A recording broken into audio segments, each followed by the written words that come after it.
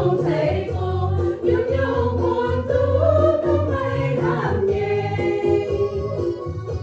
sinh linh cầu về nói thiên cha đông địa biên mai giá mai ê lê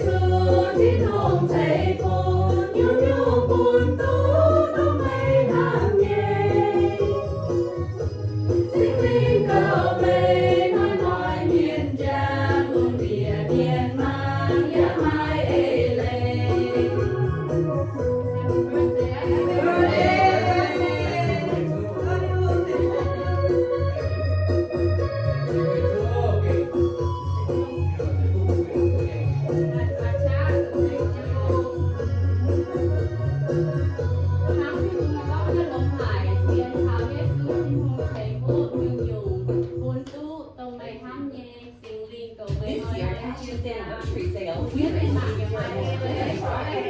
can do it better.